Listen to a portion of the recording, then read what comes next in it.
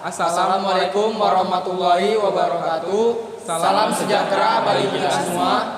Perkenalkan, kami dari kelompok 6, mata kuliah Ilmu Sosial dan Budaya Dasar Teknik Elektro A 2019, Universitas Negeri Medan. Saya Joel.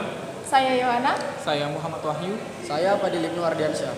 Pada video kali ini kami akan membahas unsur-unsur dari salah satu etnis yang ada di Sumatera Utara. Adapun etnis yang akan kami sampaikan adalah etnis Batak Angkola.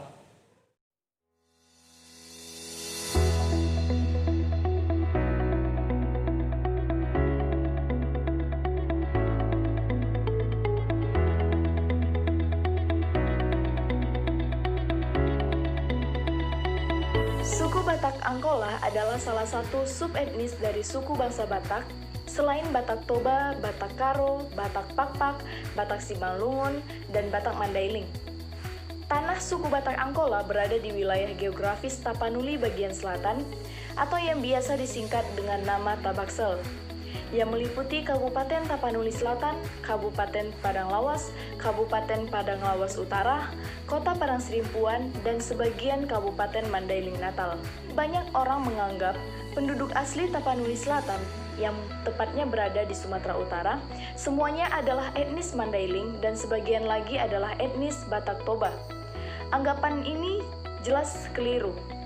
Tapanuli Selatan sebelum pemekaran wilayah menjadi Tapanuli Selatan sebenarnya sejak dahulu kala dihuni oleh penduduk asli yang terdiri dari etnis Angkola dan Mandailing.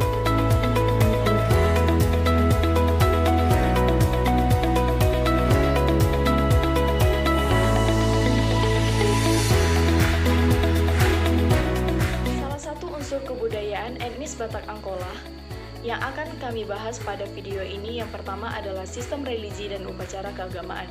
Sebenarnya sebagian besar keyakinan ataupun sistem religi yang dianut oleh etnis Batak Angkola adalah keyakinan Islam ataupun beragamakan Islam. Tetapi tidak menutup kemungkinan masyarakat Batak Angkola memiliki keyakinan lain seperti Nasrani. Selain itu, meskipun memiliki keyakinan yang berbeda-beda, masyarakat Batak Angkola memiliki tradisi keagamaan dalam bingkai humanisme pada masyarakat Batak Angkola, khususnya pada masyarakat Parangserimpuan. Salah satu tradisi keagamaan tersebut adalah panaik bukulan, ataupun di bahasa Indonesiakan yang berarti adalah menaikkan bubungan rumah. Rumah bagi masyarakat Batak bukan hanya merupakan kebutuhan pokok jasmani. Bagi mereka, rumah justru memiliki nilai spiritual. Rumah dianggap dan diperlakukan sebagai bagian dari kehidupan yang religius dan kemasyarakatan.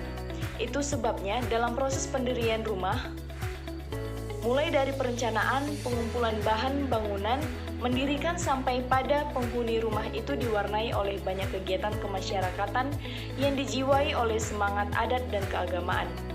Penetrasi agama dalam perspektif panaik bukulan tidak serta-merta menghilangkan praktik-praktik ritual masyarakat Batak Angkola pada Parangserimpuan.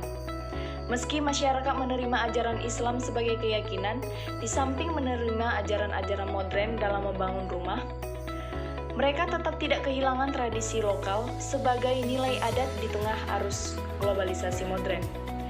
Relasi antara Islam dan tradisi lokal telah membentuk habitat baru yang disebut tradisi Islam lokal. Dialektika antara Islam dan budaya menempatkan religi dan ritual lokal sebagai medan kontestasi, seperti tradisi panaik bukulan tersebut. Tradisi ini merupakan tradisi warisan leluhur yang telah dikenal masyarakat Batak Angkola jauh sebelum Islam masuk ke tanah Batak.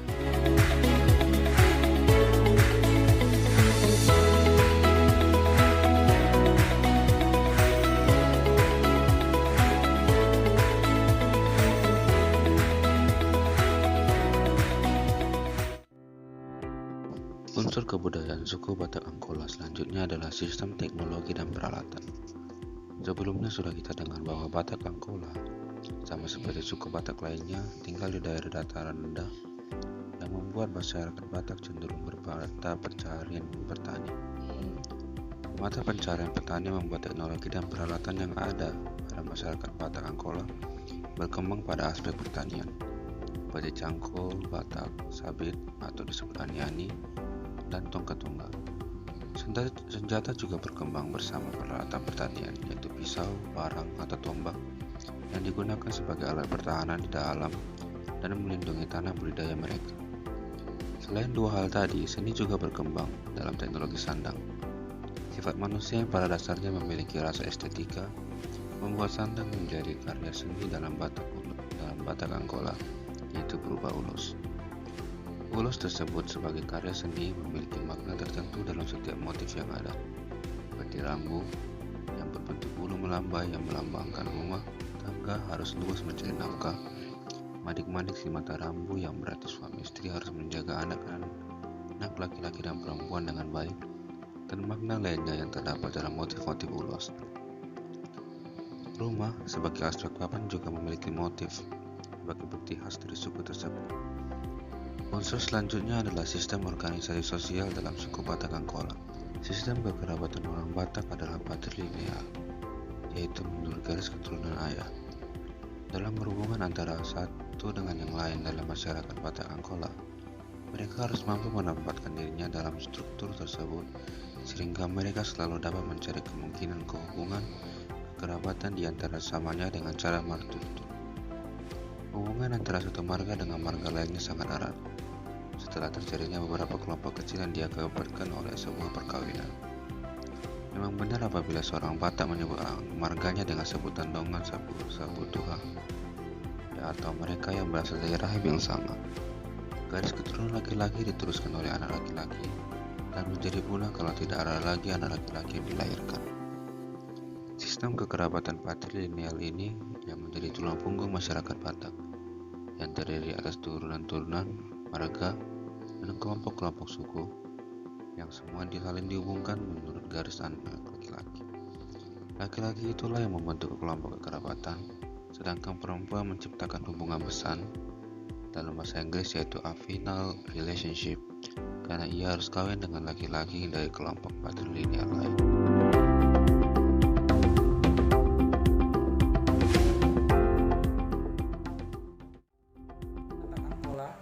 Bahasa Batak Angkola adalah salah satu bahasa daerah yang terutama dipertuturkan di daerah Tapanuli bagian selatan, meliputi Tapanuli Selatan, Padang Sidempuan, Padang Lawas Utara, Padang Lawas, dan sebagian kecil Mandailing Natal, Sumatera Utara, Indonesia. Bahasa Batak Angkola termasuk dalam rukun bahasa Austronesia dan merupakan bagian dari kelompok bahasa-bahasa Batak.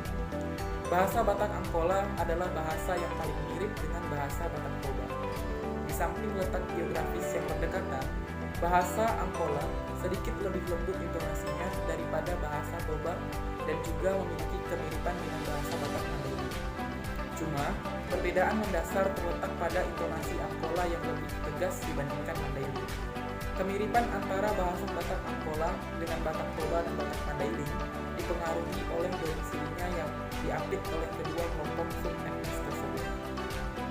Nah, adapun perbendaharaan bahasa Batak Angkola dapat kita ambil contoh yaitu abit yang artinya kain sarung, aek yang artinya udara, anggi yang artinya adik, ari yang artinya hari, andor yang artinya tali, dan masih banyak lagi.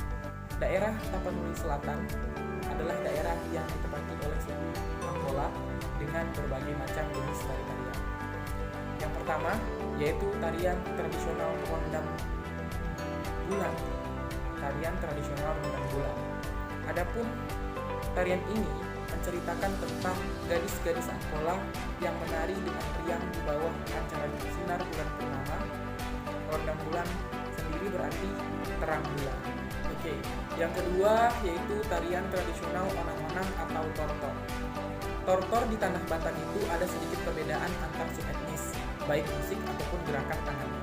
Tortor di Tapanuli Selatan diiringi oleh gondang 9 yang sering disebut onang-onang, karena ada lirik musik pengiringnya yang berbunyi onang-onang ide daya onang. Nah, yang ketiga, tarian tradisional Turke-Turke. Tarian tradisional Turke-Turke yang berarti timang-timang. Tarian ini menceritakan seorang kakak yang berperan sebagai seorang ibu yang selalu menjaga adiknya. Seorang kakak mulai memandikan, menimang, menidurkan seorang adik tersebut dikala ibu mereka sedang pergi beladang. Nah, itulah tarian dari etnis Batak Angkola. Nah, ternyata Batak Angkola juga mempunyai jenis alat musik asli dari Batak Angkola yang disebut dengan nungneng. Tak banyak yang pernah mendengar kata nungneng, salah satu jenis alat musik tradisional milik masyarakat adat Batak dari subkultur Batak Angkola. Bentuknya hanya seruas bambu, masih hijau warnanya karena baru ditebang. Nah, nungneng dibunyikan dengan cara dipukul pakai tongkat bambu. Nada yang dihasilkan sangat kaya seperti bunyi tetabuhan gendang. Sebab itu, nungneng dipakai sebagai pengiring musik tari-tarian tortor.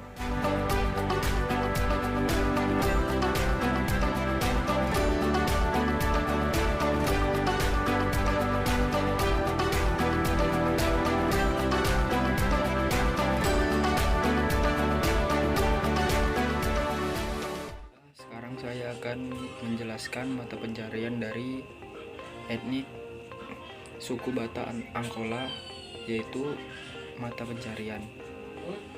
Pada umumnya, mata pencarian masyarakat Batak Angkola adalah bercocok tanam, padi di sawah, dan ladang.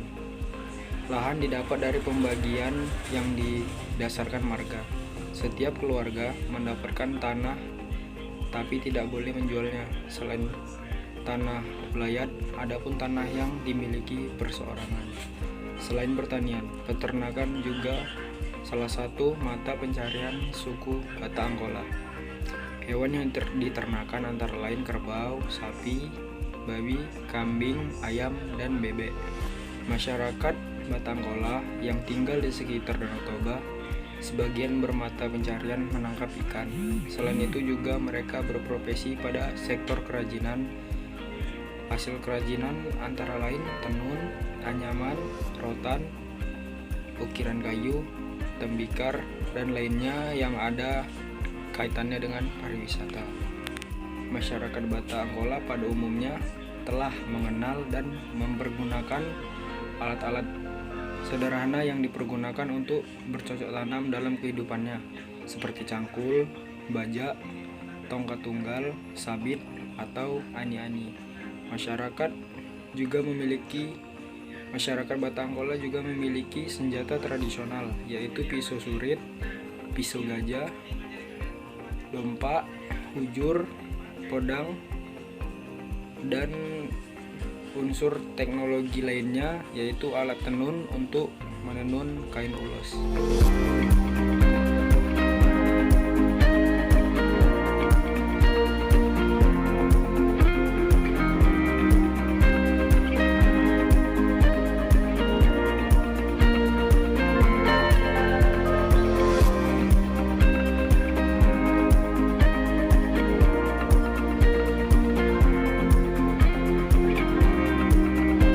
Sekian yang dapat kami sampaikan mengenai etnis Batak Angkola. Terima kasih. Horas!